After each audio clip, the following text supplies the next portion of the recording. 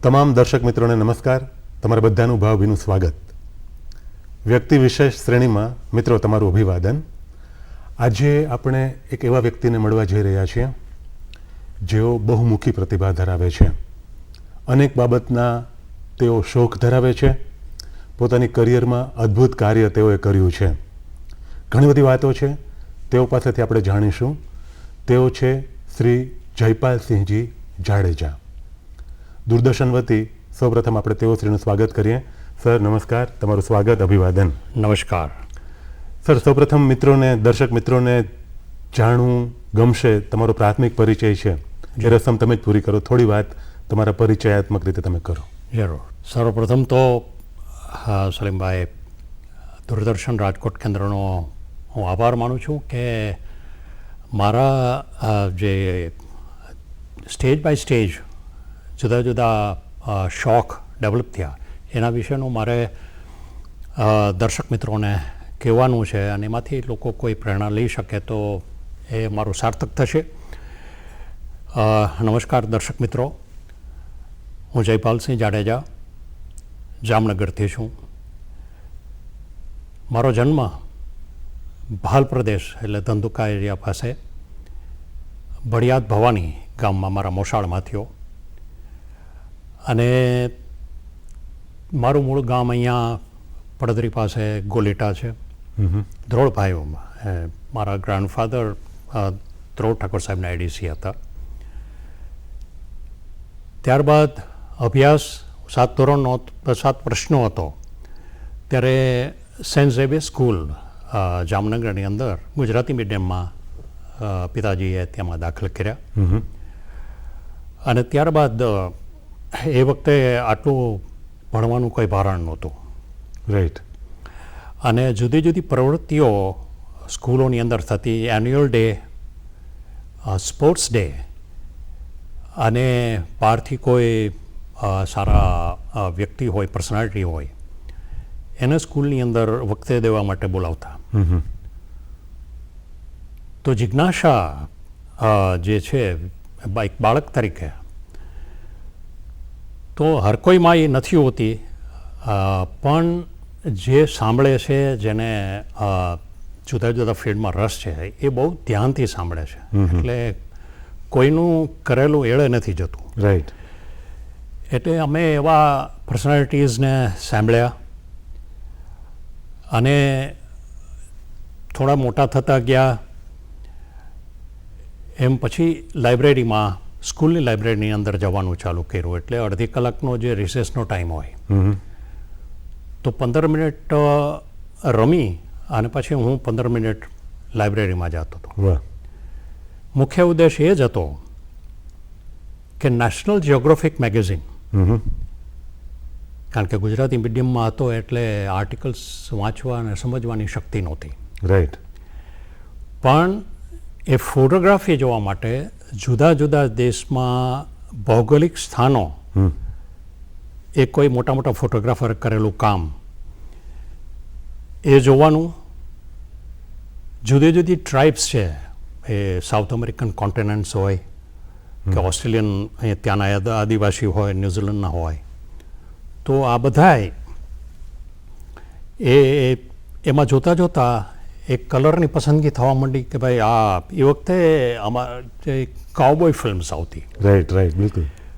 તો એ John Wayne, Burt Lancaster અને ક્લિન્ટ ઈસ્ટવુડ, આ બધાની ફિલ્મ્સ જોતાં જોતાં honey colour, sandy, chocolate, light chocolate colours, આ બધાય મનમાં વસી ગયા.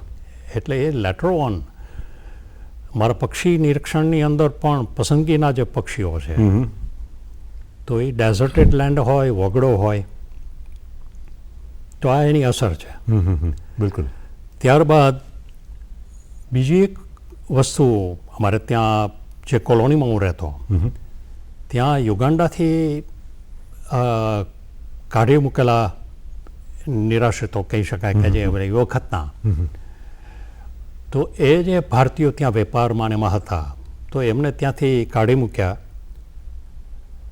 અને ભાઈના અમુક તો ભાઈના માર્યા પણ ત્યાંથી નીકળી ગયા હોય. એ બધા આવીને પાછા ગુજરાતની અંદર જ્યાં ગુજરાતીઓ હતા એટલે એવી રીતે જામનગરની આવીને વસેલા. એટલે એમને બીજા સાથે જે લેટર કોરસ્પોન્ડન્સ થતો તો એમાં સ્ટેમ્પ્સ, પોસ્ટેજ સ્ટેમ્પ્સ નીકળતી. રાઈટ. તો પોસ્ટેજ સ્ટેમ્પ્સ કલેક્ટ કરવાનો શોખ ડેવલપ થયો. ફ્લેટલી. અને મેં આલ્બમ પણ બનાવેલું. એ આલ્બમમાં જે તે કન્ટ્રીના સાઈડ હોય ત્યાં પોસ્ટેજ સ્ટેમ્પ હું ત્યાં ગમથી લગાડવાનું ને એવી રીતે લગાડવાનું કે જે ઇઝીલી પાછું નીકળી એટલે સ્ટેમ્પ ફાટે નહીં. રાઈટ. એ કલેક્શન મેં હજી પણ રાખેલું છે. વાહ. તો એ સ્ટેમ્પ્સ કલેક્શન કર્યું. ત્યારબાદ કેન્ટીનની અંદર A1 ચ્વિંગમ, આ આપને વાત કરું છું 1974 પહેલાંની વાત છે.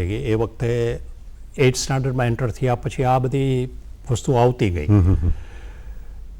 એક ફ્રૂટી આવતી 4 થી 5 ટેસ્ટની. એ ફ્રૂટી લ્યો અને આમ એનું કવર છે એ હર વ્યક્તિ ખોરો એટલે એમાં એનિમલ્સ અથવા બર્ડ્સના ફોટોગ્રાફ નીકળતા. રાઈટ. અને A1 ચ્વિંગમમાંથી national flags of the world એટલે એક છે, કેન્યાનો છે કે યુગાન્ડાનો છે કે અમેરિકાનો છે કે ન્યૂઝીલેન્ડનો. તો એ ચ્વિંગમના અમે કલેક્શન કરતા. અને એ વખતે એવું હતું કે એ કવર છે એનો એક આલ્બમ બનાવી અને કંપનીને મોકલો એટલે તમારા નામનું કવર્સ અને લેટરપેડ આવે. વાહ. એ થયેલા. તો બે વસ્તુ થઈ. એક તો નેશનલ જિયોગ્રાફિક મેગેઝિન જોતા અને પછી આ જે ફ્રૂટી એમાંથી એનિમલ્સના ફોટોગ્રાફ એટલે સમ વોટ એ બ્રેઇનના ચિપ્સમાં એ બેસતું ગયું. Very good. પછી આ ફ્લેગ્સ બધા જોતા ગયા. તો ધીમે ધીમે એવું થયું કે ઓલિમ્પિક્સ રમાતી હોય અને પરેડ થતી હોય તો મોસ્ટલી 60% ફ્લેગ આમ આવે ત્યાં હું કન્ટ્રીનું નામ કહી શકું કે આ છે સાયપ્રસ છે, લેબનન છે. તો હા, એટલે એ આકર્ષણ થતું એ આલ્બમ. પછી તો શું હતું કે એ બધા દેશના આપણે એટલી બધી ચિંગમ લેવાના પૈસા ના હોય. પછી સામે બીજા મિત્ર હોય એણે પણ લીધું હોય તો એને ડબલ થઈ જાય એટલે એક્સચેન્જ કરે. તો અમે એક્સચેન્જ કરતા અને એવી રીતે થયા. પછી તો જે સ્ટેમ્પ્સ આલ્બમ છે એમાંય પણ અમારા સાહેબે પૂછેલું. હવે મારી પાસે જે સ્ટેમ્પ આલ્બમ હતું એ આલ્બમમાં એક પેજ હતું નેધરલેન્ડ પણ ઇન્ટુ બ્રેકેટ લખેલું હતું હોલેન્ડ. ઓકે. તો મેં એની સ્ટેમ્પ્સ એ પેજમાં રાખેલી. હવે 9th સ્ટાન્ડર્ડમાં એક સાહેબે પ્રશ્ન પૂછ્યો કે એક માણસે એમ કીધું કે હું વર્લ્ડ ટૂરમાં ગયો હતો તો એ સાચો છે કે ખોટો એ તમારે કહેવું પડશે. એટલે એમણે સાહેબે કહેવાનું ચાલુ કર્યું કે એણે કીધું કે હું ચાઇના ગયો હતો, જાપાન ગયો હતો, ફ્રાન્સ ગયો હતો, ઇંગ્લેન્ડ ગયો હતો, હોલેન્ડ ગયો હતો, ઇટાલી ગયો હતો, અફઘાનિસ્તાન ગયો હતો, નેધરલેન્ડ ગયો હતો. મેં કીધું સાહેબ એ ખોટા છે. એટલે મને કે કઈ રીતે કહી શકો? મેં કહ્યું સાહેબ નેધરલેન્ડ એ જ હોલેન્ડ. મને કે there you are. Very good. So એ બધી જે હોબીઝ છે અને જે તમે આડકતરું જે કાંઈ છે જ્ઞાન છે એ આમને આના થકી મળતું ગયું. એટલે આ બધા શોખ ધીમે ધીમે ડેવલપ થયા. પછી આકાશવાણી રાજકોટના જે પ્રોગ્રામો જય ભારતી ને એ બધા સાંભળતા યાજ્ઞિક સાહેબને સાંભળતા ને એ બધા. તો કર્ણથી જે ફિલ્મના ગીતો એ વખતે તો એક પિક્ચરની અંદર 10 ગીતો હોય તો 9 એટલા બધા પોપ્યુલર થતા. તો એ પછી એ સ્મરણપટમાં એના લિરિસિસ્ટ કોણ છે, મ્યુઝિક ડિરેક્ટર કોણ છે, ફિલ્મના હીરો હિરોઈન કોણ હતા. તો એ બધું છે એ બધું છપાતું ગયું. રાઈટ. અને અલ્ટિમેટલી એ આજની તારીખે પણ એ સંગીતનો શોખ જો ડેવલપ થયો હોય તો એ આકાશવાણીને સાંભળી. વાહ. કારણ કે ત્યારે રેડિયો એક જ મનોરંજનનું સાધન હતું અને સવારથી માંડી બપોરે અને રાત્રે ભૂલે બિસરે ગીત. તો આ બધું સાંભળતા એક સંગીતનો શોખ ડેવલપ થયો. પછી મનાડે સાહેબને જામનગરમાં મળવાનું થયું તો એ રિયાઝ કરતા હતા. તો રિયાઝ પણ એક પ્રસાદી હતી કાનને. સો આવા બધા સમુદ્રો છે, એમાં આપણે તો ખાલી પગ મૂક્યો છે. પણ संगीत का जो प्रेमी वो किस्मत वाला है. तो संगीत વ્યક્તિત્વ ઊભું કરે છે, માણસને સોફ્ટ બનાવે છે, અને સંગીતના શોખીન એ જીવનમાં કોઈ દી બોર થતો નથી, કંટાળો નહીં આવે. એ કોઈ પણ જગ્યાએ કોઈ પણ જાતનું સંગીત હશે, ભાષા કોઈ પણ હોય, પણ સુરોની ઇમ્પેક્ટ વ્યક્તિ ઉપર થાય જ છે, ઇવન વૃક્ષો ઉપર થાય છે. It's proved. સો સ્કૂલિંગમાં મને આ બધી વસ્તુઓ મળી, અને સ્કૂલ પાસ કર્યા પછી મેં જામનગરની MP શાહ કોમર્સ કોલેજની અંદર કોમર્સ ગ્રેજ્યુએટ થવા માટે મેં શરૂઆત કરી. હવે SSC પાસ થયો ત્યાં સુધી હું સ્કૂલના ક્રિકેટ, અમારે હેલશીલ્ડ રમાતું ઇન્ટર સ્કૂલ, તો અમને બધા વિદ્યાર્થીઓને સમય એવો હતો કે આખી સ્કૂલમાં 10:30 વાગે સ્કૂલને રજા આપી દઈએ, અને અમારે ગ્રાઉન્ડે જઈ અને અમારી ટીમને ચીયરઅપ કરવાની. ઓકે. સામે બીજી જે સ્કૂલ હોય એને આવતા હોય, આવું હતું.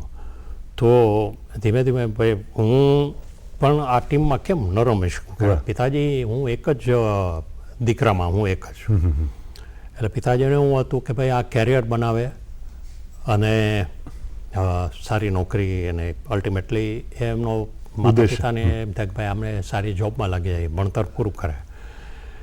અને એ વખતે my father was with Brooke Bond, ઇન્ડિયાની 6 ફેક્ટરીમાંની એક જામનગરમાં.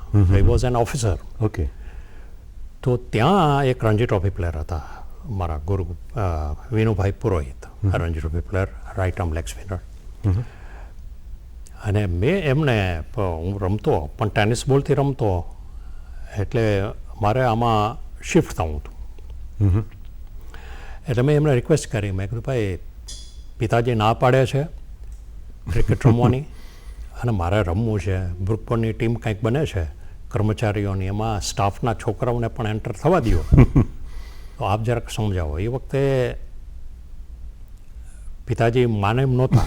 ઓકે. એટલે હવે હાઈએસ્ટ પોસ્ટ કે નહીં, તો કે ફેક્ટરી મેનેજર. રાઈટ. એનો સંપર્ક કર્યો. વિનુભાઈએ કીધું કે હવે મેં આ છોકરાની બોલિંગ જોઈ છે, અને આઈ થિંક એને રમવાની એના પિતાજી ના પાડે છે, પણ રમવા દેવો જોઈએ.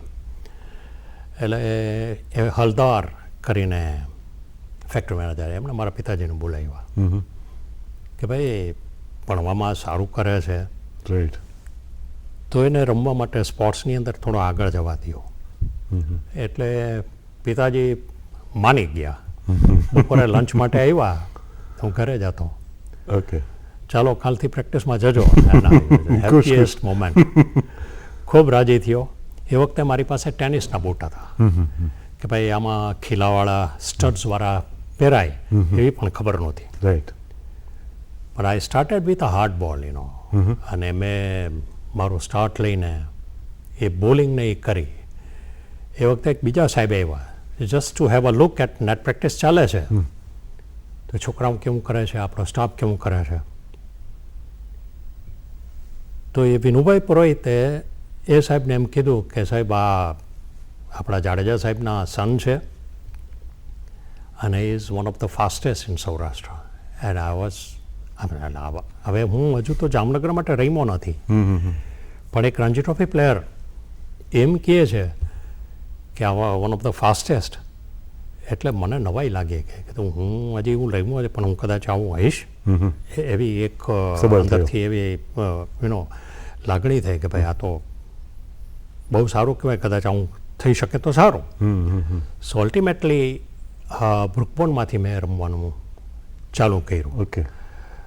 અને બ્રુકબોર્ન ત્યારે ઓલ ઇન્ડિયા લેવલે રમાડતું. તો આપણો જે લેટેસ્ટ અત્યારે તો ઇન્ડિયાના જે બોલર છે, બોલિંગ કોચ, એ સાઉથ આફ્રિકાના છે, પણ એની પહેલાં ભારતી અરુણ હતા. તો એના ફાધર પણ બ્રુકબોર્નમાં, ઓકે, એ સાઉથમાં હતા, તમિલનાડુ. તો આ લોકો સારું એન્કરેજમેન્ટ ધીમે ધીમે મળ્યું. ગ્રેજ્યુઅલી વેરી ફર્સ્ટ યર SSCમાંથી મેં સિઝન બોલથી રમવાનું ચાલુ કર્યું, અને પહેલા જ વર્ષે હું જામનગરની ટીમમાં સિલેક્ટ થયો. વાહ. તો એક કોલેજ કાળ દરમિયાન અમે યાજ્ઞિક ટ્રોફી ચેમ્પિયન થયા. જામનગરની અંદર યાજ્ઞિક ટ્રોફી હ્યુજ ટ્રોફી એ લાવનાર અમે પહેલાં. અચ્છા, વેરી ગુડ. ઇન્ટર કોલેજિએટ અમે ચેમ્પિયન થયા. સૌરાષ્ટ્ર યુનિવર્સિટીની ટીમમાં સિલેક્ટ થયા. બરાબર. પછી ખીલાના બૂટ ને એ બધું શરૂઆતમાં કીધું કે ભાઈ આવા બૂટ ન હોય, ઓલા પહેરવા જોઈએ ને એ બધું અમે સ્ટાર્ટ કર્યું. અમારી પાસે કીટ પણ નહોતી. કોલેજની કીટ વાપરીએ, પછી ડિસ્ટ્રિક્ટમાં એન્ટર થયા, ડિસ્ટ્રિક્ટની કીટ વાપરીએ.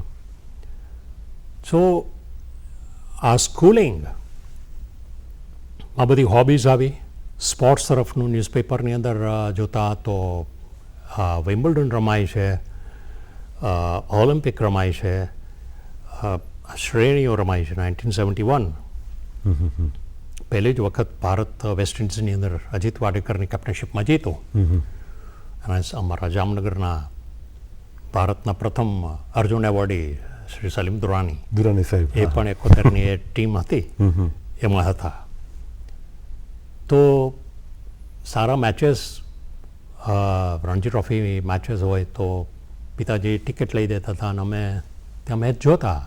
બધા મોટા મોટા ક્રિકેટર્સને આકર્ષણ થાય. સલીમભાઈની એક ગ્લિમ્સ લેવા અમે આમ દૂરથી ઉપર એવા સોહામણા અને રમતા એવા પ્રેક્ષકોની વાગણી ઉપર સિક્સર્સ મારતા સોલિડ હિટર હતા. એટલે જે આજના બાળકને કોહલી ને એ બધાને જોઈને આકર્ષણ, અમારે એ સમયમાં આ બધા બહુ મોટા ક્રિકેટરો હતા, તો અમને એમનું આકર્ષણ થતું. સો ગ્રેજ્યુઅલી આ બધા શોખ સ્કૂલ અને કોલેજે પ્રોવાઈડ કર્યા. કોલેજમાંથી અમે ટ્રેક પણ જતા. એક દિવસનો ટ્રેક હોય તો ટ્રેકિંગ પણ કરતા. વૃક્ષારોપણનું અમારા સાહેબ હતા, એ કરતા, તો એમાં પણ ભાગ લેતા. તો ઇનબિલ્ટ જે આગલા ભાવનું હોય કદાચ એ પૂર્ણ થતું હોય છે. મેં ઘણા ક્ષેત્રમાં માર્ક કરે છે કે એક પરિવારની અંદર પિતા જે રિક્ષો ચલાવે છે કે નાનું ગેસની બોટલ કોઈના ઘરે ડિલિવર કરી જાય છે, એના છોકરાઓ ક્યાંય આગળ નીકળે છે, તો એ પ્રારબ્ધ છે, હું માનું છું, ડેસ્ટિની. એ ઘણું કામ કરતું હોય છે. કારણ કે અમે બાળકોને રમતા જોઈએ છીએ, એમાં બધા સરખા નથી હોતા. એ તો પોતપોતાને પણ અમુકનું બોડી લેંગ્વેજ, એમના રિફ્લેક્શન્સથી તમને ખ્યાલ આવે કે આ એક સરખા છે, છતાં આ બાળક છે એ આઉટસ્ટેન્ડિંગ લાગે છે. એટલે એ આપણને એમ થાય કે આ કાંઈક કરશે. એટલે સ્કૂલે સારા પ્લેટફોર્મ પ્રોવાઈડ કર્યા અને ત્યારબાદ કોલેજ. વાહ, રસપ્રદ વાત કરી કે સ્પેશિયલી શાળા દરમિયાન તમને જે તમારું ગ્રૂમિંગ થયું અને તમને જે બધા વિવિધ શોખ છે, તમારી જે ક્યુરિયોસિટી, ખાસ તો જે તમે કુતૂહલ વૃત્તિ સાથે તમે મેગેઝિન્સ જોવા માટે તમે લાઇબ્રેરીમાં જવાનું શરૂ કર્યું, એટલે પુસ્તક પ્રેમ તમારો ત્યાં. અને પછી ઘણી બધી વાતો જે રસપ્રદ રીતે તમે છણાવટ કરી, તો સ્પોર્ટ્સનો તમને પછી રસ પડે છે એમાં, અને તમે ઓલિમ્પિક પણ તમે નિહાળવા માટે અથવા એમાં શું થાય છે એ જાણવા માટે ઉત્સુકો, ક્રિકેટ છે કે અન્ય રમતો છે.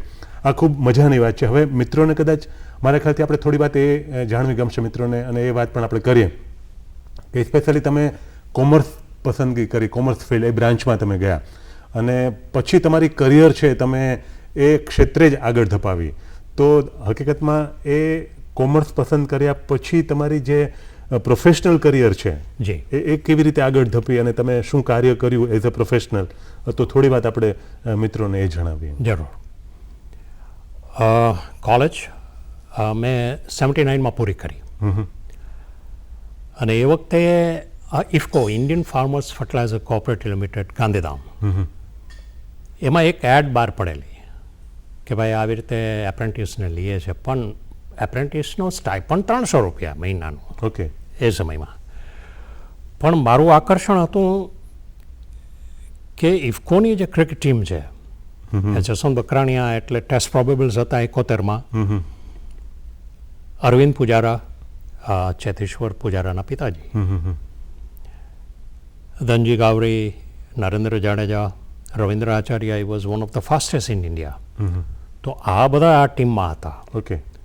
તો આકર્ષણ એ હતું કે ભાઈ ચાલો એક એકાઉન્ટન્સીની અંદર એપ્રેન્ટિસશીપ પણ થશે અને સાથે ક્રિકેટ પણ રમાશે. એટલે પહેલી મેં જોબ કહી શકાય લેવલ હજુ આગળ હતું પણ મેં એપ્રેન્ટિસ તરીકે રમવાનું ચાલુ કર્યું અને સેમ યર હું સૌરાષ્ટ્ર અંડર-22 સિકનાઇડુ ટ્રોફી માટે સિલેક્ટ થયો વાહ. અને અમે પૂના રમ્યા અને મને સેકન્ડ મેચમાં ફાઇનલમાં અગેન્સ્ટ ગુજરાત 15 રનમાં 3 વિકેટ મળેલી વાહ. અને એ વખતે મારું બેક ખેંચાઈ ગયું. ત્યારે પૂનામાં મેચ હતો એટલે ચંદુ બોરડે સાહેબ આપણા ભારતના ભૂતપૂર્વ ટેસ્ટ ક્રિકેટર એમણે એમ કીધું કે મારા ડૉક્ટર પાસે લઈ જાઓ. એ ઇઝ ધ ફાઇનલ ઓથોરિટી. એ શું કહે છે જો, કારણ કે 4 દિવસ પછી ઇન્ટરઝોનલ છે તો આ છોકરો ટીમમાં આવી શકે પણ પહેલાં ફિટનેસ સર્ટિફિકેટ લેવું પડે. એટલે એમના સજેશન ઉપર મને ગાડીમાં ત્યાં હોસ્પિટલ ત્યાં બેગ ખેંચાઈ ગયો તો ડૉક્ટર મને ચેક કર્યો. મને કહે સાહેબ આપને એટલીસ્ટ 7 થી 8 દિવસ બેડ રેસ્ટ લેવો પડશે. એટલે સાથે એમનો જે મહારાષ્ટ્રના કોઈ ટીમ મેમ્બર હતા મેનેજમેન્ટના એ મારી સાથે આવેલા હતા. એમણે આવીને પછી બોરડે સાહેબને કીધું કે ભાઈ આ 3 દિવસ પછી ઇન્ટરઝોનલ ચાલુ થાય છે પણ is not fit for that. So bad luck હું એમાં સિલેક્ટ થયો. સ્ટેન્ડ બાયઝમાં મને રાખ્યો અને મારી જગ્યાએ નરી કોન્ટ્રાક્ટરના દીકરા જે બોમ્બે હારી ગઈ હતી એ લોકો પાછા લાગ્યા. મારી જગ્યાએ હૌશેદર કોન્ટ્રાક્ટર એને બોલાવી લીધા અને અમે લોકો રિટર્ન થયા. પછી આ જોબમાં તો હું ચાલુ હતો એટલે મને સ્પોર્ટ્સની હિસાબે લીધો હતો એટલે પછી આ રમવા જવાની ઓન ડ્યુટી છૂટ હતી. રાઈટ. એટલે 1 વર્ષ મેં ત્યાં કર્યું. મીનવાઇલ મેનેજમેન્ટમાં ફેરફાર થયા કારણ કે આ તો આ બહુ મોટી ફેક્ટરી ને એમાં. તો એ વખતે જેકોબ સાહેબ હતા ઇન્ટરેસ્ટેડ હતા અમારા ક્રિકેટર્સ માટે મિની લક્ઝરી બસ લીધેલી અને ગુજરાતમાં ક્યાંય પણ રમવા જવાનું તો એસટીમાં કે ટ્રેનમાં કે નહીં જવાનું, આ બસમાં જવાનું. વાહ. જીતીને આવીએ તો 1 દિવસની અમને સ્પેશિયલ લીવ મળતી. વાહ. તો એમણે ત્યાં આ બધી વ્યવસ્થાની થઈ ગઈ. મીનવાઇલ હું ઇફકોમાં હતો અને હું as a guest player Bhavnagar રમવા જતો, અમદાવાદ રમવા જતો. રિઝર્વ બેંક ઓફ ઇન્ડિયાની ટીમ પણ ખૂબ સારી એની સ્ટેન્ડિંગ ઓફર કે હું આજે એપ્લિકેશન આપું 10 દિવસ પછી ઓર્ડર આવે. પણ આકર્ષણ ઇફકોનું હતું કે ભાઈ ચાલો હવે જવું નથી આમાં જ રહેવું છે. એટલે મેં એમને ના પાડી. અંબિકા મિલ્સ, સુરેન્દ્ર મરનાથ આપણા ટેસ્ટ પ્લેયર હતા તો એ અંબિકા મિલ્સમાં હતા. ઘણા રણજી ટ્રોફી પ્લેયર પણ હતા એમાં. ઓકે. તો એમની પણ ઓફર હતી ભાઈ આવી કમ એન્ડ જોઈન લાઈક. પણ મેં ના પાડી. હવે અહીંયા શું થયું કે મેનેજમેન્ટ ચેન્જ થયું અને નવા કોઈ મેનેજર આવ્યા તો એને ક્રિકેટનો શોખ નહોતો. પહેલાં હતા જેકબ સાહેબ was transfer two Phulpur Maharashtra. પણ એ સાહેબના મેં જે ગુણો જોયા હતા મેનેજમેન્ટ જે માણસ 8 વર્ષ અમેરિકામાં કોઈ મોટી ફેક્ટરીનો મેનેજર થઈને પછી ઇફકોમાં મેનેજર થઈને આવે છે એ નાના નાના વ્યક્તિઓને આમ નામથી બોલાવે અને પૂછે કે ભાઈ તમારા ધર્મપત્નીની તબિયત બરોબર નથી, પૈસાની જરૂર છે. એની ચેમ્બર સાહેબ અમે ત્યારે એ વખતે 1979માં સેન્ટ્રલી એસી બિલ્ડિંગમાં કામ કરતા અને એમની ચેમ્બર એટલે એમાં એન્ટર થવું એટલે huge chamber, always in a suit, smiling. મારો પહેલો જ દિવસ અને મને અંદર છે gentleman would like to have a cup of tea it will be my privilege. Meanwhile હમ બાतें भी करेंगे. તો એણે મને બધી પૂછ્યું કે જનરલી ફાસ્ટ બોલર્સને ક્યાં પ્રોબ્લેમ થાય છે, બેટ્સમેનને ક્યાં પ્રોબ્લેમ થતા હોય છે. એટલે અમારે ચર્ચા થઈ. મીનવાઇલ ચા આવી, વાતચીત કરી. 20 મિનિટની વાતો એ પૂર્ણ થયા પછી મને ઊભા થઈ અને શેક હેન્ડ કર્યો કે IFFCO is proud to have you. વાહ. બહુ સરસ. મેં આમનું નામ ખૂબ સાંભળેલું. આ માણસ આવી રીતે સરળતાથી વાત કરે. એ પછી પોતે ઊભા થઈ અને મને ડોર સુધી મૂકવા આવ્યા. વાહ, amazing, and I salute great. Such a main. આપણે સાંભળીએ કે આ નાનો હતો ક્લાર્ક હતો, પણ એઝ અ ક્રિકેટર મને જોતા હશે, પણ મેં એમનું બિહેવિયર ટૂલ્સ ડિપાર્ટમેન્ટમાં કે બીજામાં એ નીકળ્યા હોય તો સાહેબ એ છાનું ન રહે.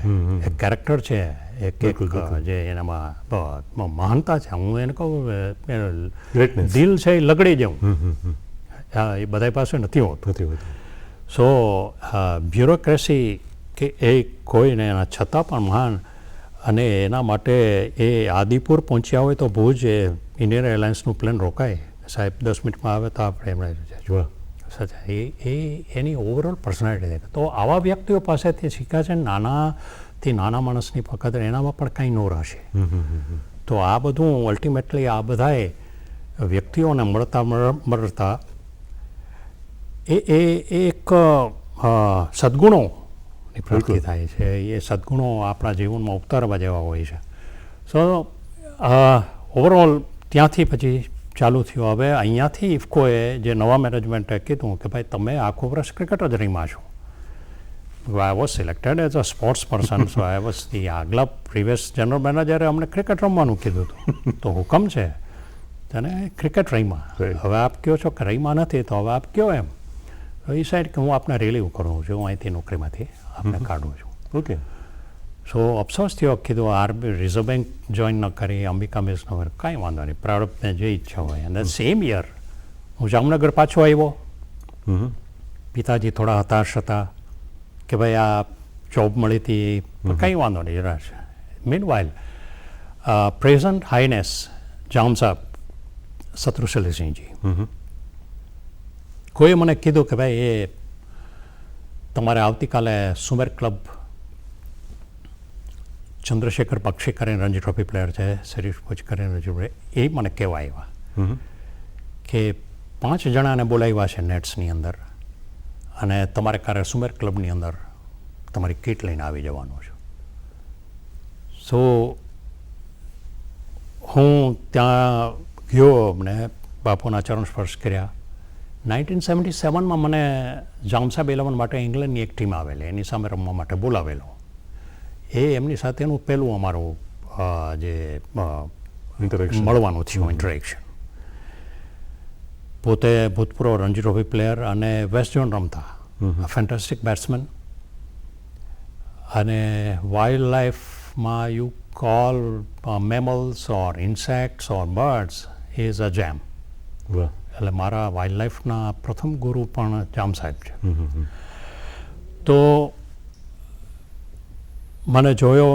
હવે I was one of the fastest. મારી ગુરુ વિનુભાઈ પુરોહિત છે, ભાઈ હું સ્પીડમાં દડાર. એ વખતે હેલ્મેટ્સ ને એવું કંઈ હતું નહીં. I don't want to see your speed but show me your swings. એટલે મેં એમને આઉટ સ્વિંગ ઇન સ્વિંગ ને એ કરીને દેખાડ્યું. Now pad up, I want to see your batting. Batting કર્યું.